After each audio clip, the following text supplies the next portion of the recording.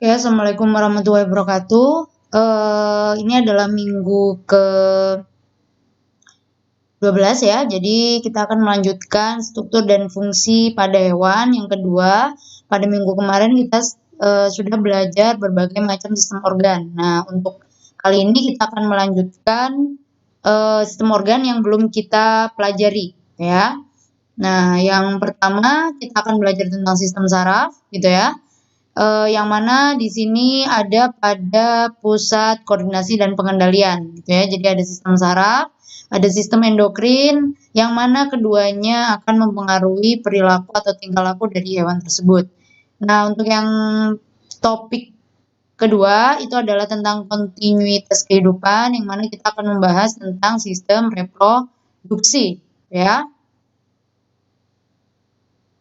Oke, ini overview-nya. Jadi sistem koordinasi itu meliputi dia saraf dan endokrin atau hormonal yang dia memiliki fungsi untuk mengatur gitu ya, untuk mempertahankan fungsi dari tubuh atau fisiologis tubuh. Nah, ini berhubungan langsung dengan kelangsungan hidup atau nantinya sistem reproduksi, dan dia juga akan berpengaruh pada perilaku hewan. Nah, ketiganya ini dia akan memberikan suatu strategi atau kemampuan untuk bertahan hidup ya di lingkungan yang mungkin tidak menguntungkan, di lingkungan yang selalu berubah ya. Jadi dengan adanya pertahanan terhadap fisiologis tubuh dan perilaku, maka nanti memungkinkan hewan tersebut untuk dapat bertahan hidup. Nah, seperti yang minggu kemarin kita pelajari bahwa ada banyak sistem organ yang akan kita pelajari. Nah, yang belum kita pelajari kali ini adalah sistem saraf ya. Sistem saraf. Kemudian sistem endokrin, karena ini sangat berhubungan ya. Sistem endokrin, kemudian ini nanti akan mempengaruhi pada perilaku hewan. Nah, terus kemudian ada sistem reproduksi ya, sistem reproduksi. Oke. Nah, yang pertama kita bahas sistem saraf dulu gitu ya. Sistem saraf. Nah, masih ingat sistem saraf itu kita membicarakan tentang apa? Nah, yang pertama yang jelas kita membicarakan tentang jalur persinyalan gitu ya, jalur komunikasi sinyal yang ada di seluruh tubuh. Nah, masih ingat bentuknya serabut saraf? Nah, jadi kalau dulu di SMA belajar gitu ya, nah ada serabut saraf.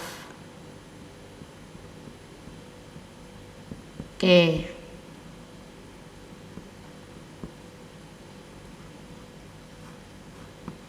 Nah, masih ingat ini bagian-bagiannya apa? Nah, ini ada inti sel, ada dendrit, ada akson. Nah, di sini akson itu dilapisi oleh namanya membran mielin. Nah, di sini kalian perlu ketahui fungsi dari dendrit dan akson. Tidak perlu terlalu detail terhadap ini untuk klaster B. Yang jelas kalau dendrit berarti dia akan mengirimkan sinyal ke badan sel ya, ke badan sel. Sedangkan akson itu kebalikannya, berarti dia mengirimkan sinyal dari badan sel gitu ya, dari badan sel ya ke neuron lain ya, ke neuron lain atau ke sel-sel efektor ya, ke efektor. Tuh, jadi kalian perlu ketahui adalah perbedaan dari dendrit dan akson ini, tuh ya. Sedangkan kalau untuk sistem saraf sendiri, nah sistem saraf gitu ya, itu dibagi menjadi dua. Ada sistem saraf pusat dan sistem saraf tepi. Nah, itu saja.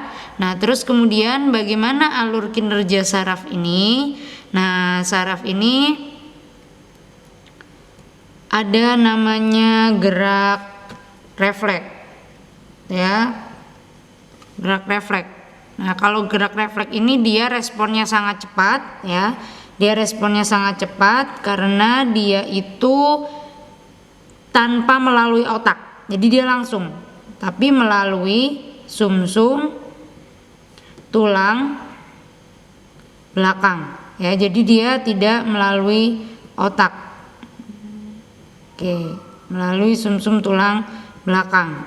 Oke, jadi gerakannya refleks. Contohnya misalnya kalian dicubit gitu ya.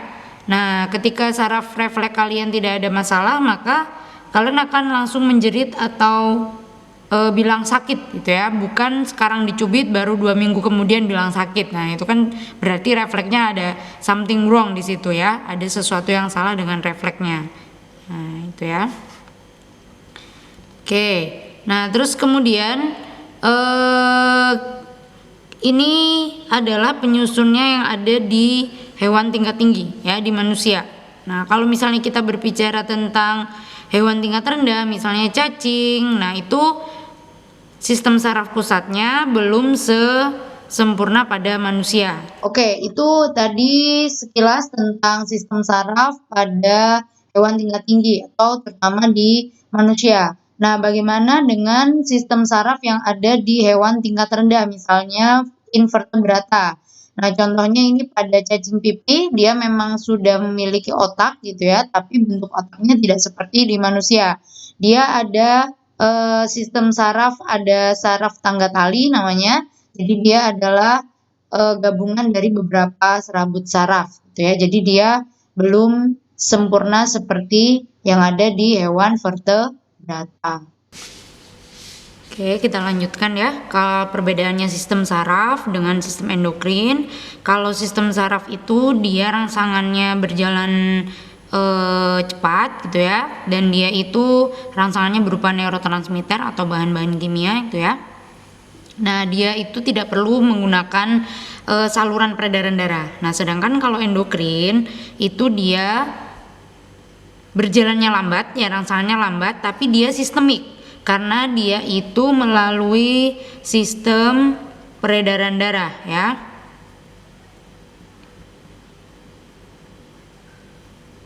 Nah, jadi prosesnya hormon-hormon ini dikeluarkan, dia akan masuk ke peredaran darah sehingga diedarkan ke seluruh sel target. Makanya dia itu efeknya itu sistemik.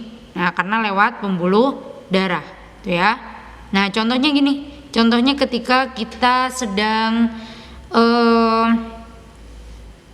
lapar, ya. Jadi apa yang terjadi ketika kita lapar?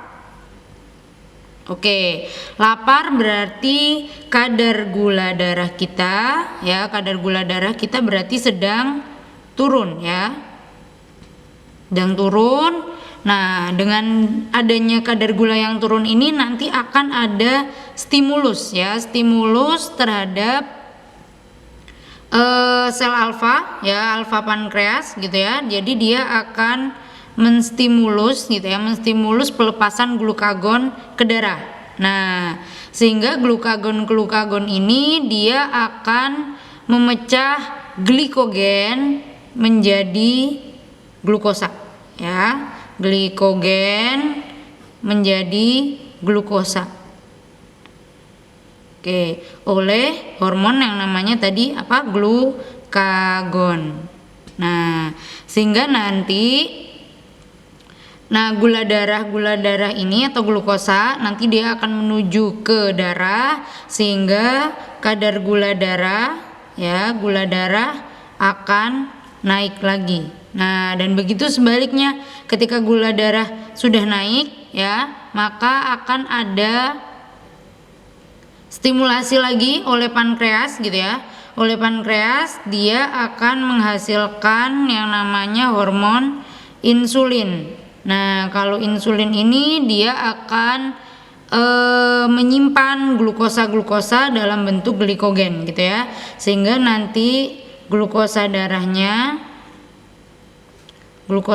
dia akan turun kembali. Nah, ketika dia naik kembali, ketika dia turun terlalu rendah gitu ya, maka ini yang akan terjadi, dan begitu seterusnya. Jadi itu adalah suatu reaksi tubuh terhadap kekurangan glukosa darah gitu ya. Jadi kalau misalnya kalian kekurangan glukosa darah gitu, lemes gitu, atau pengen marah-marah gitu ya, nah nanti akan ada stimulus oleh sel alfa pankreas menghasilkan glukagon, dan prosesnya akan terjadi seperti ini itu ya. Jadi itu adalah proses ketika kita lapar yang dipengaruhi oleh hormon-hormon kita gitu ya.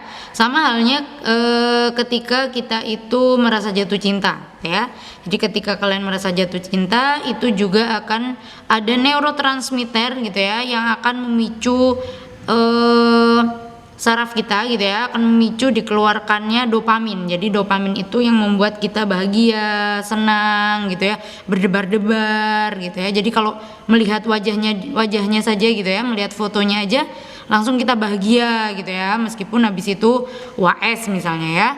Tuh, jadi itu adalah pengaruh hormon. Jadi pengaruhnya sangat sistemik. Oke, bagaimana dengan perilaku? Ya, perilaku itu juga dipengaruhi oleh saraf, dipengaruhi oleh hormon, dipengaruhi oleh genetik. Ya, jadi perilaku. Nah, kita tulis di sini aja ya.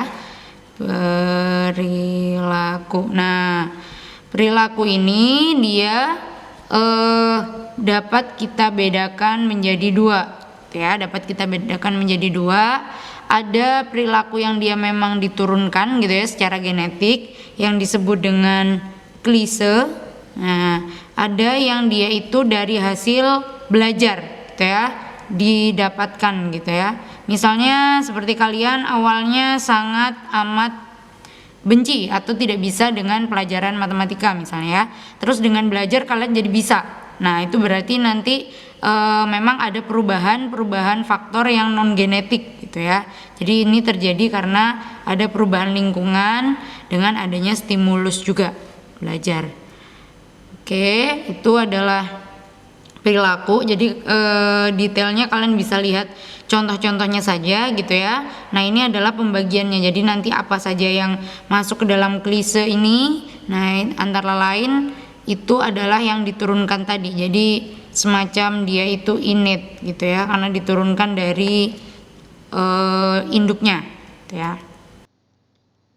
Nah, untuk contoh dari perilaku hewan yang innate gitu ya, atau yang dia klise tadi yang diturunkan, itu contohnya dia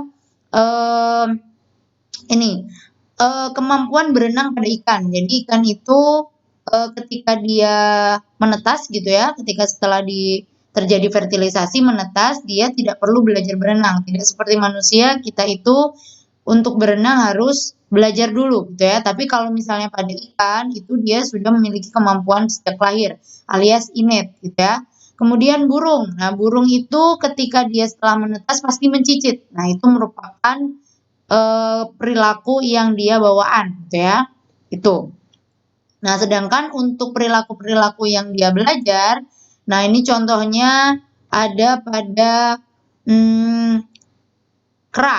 Nah, ini kera ini dia mencari makanan gitu ya, dia mencari makanan, tapi makanannya jauh gitu ya. Jadi dia harus memikirkan suatu problem solving untuk bisa mendapatkan makanan tersebut. Jadi dia di sini menggunakan suatu tongkat gitu ya, menggunakan kayu untuk mengambil sesuatu yang tadi dia mengambang di perairan gitu ya. Jadi itu merupakan perilaku yang berasal dari pembelajaran gitu ya. Jadi dia belajar. Terus kemudian ada reproduksi. Jadi yang terakhir tadi kita belum membicarakan tentang sistem reproduksi ya.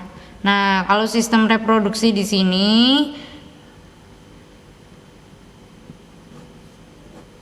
makhluk hidup memerlukan sistem reproduksi atau memerlukan proses reproduksi untuk apa? Untuk melestarikan keturunannya ya. Keturunannya. Oke, untuk melestarikan keturunannya ya. Jadi dia akan bereproduksi, akan menyesuaikan dengan kondisi lingkungan supaya keturunannya itu tetap established gitu ya, tetap ada di alam gitu ya.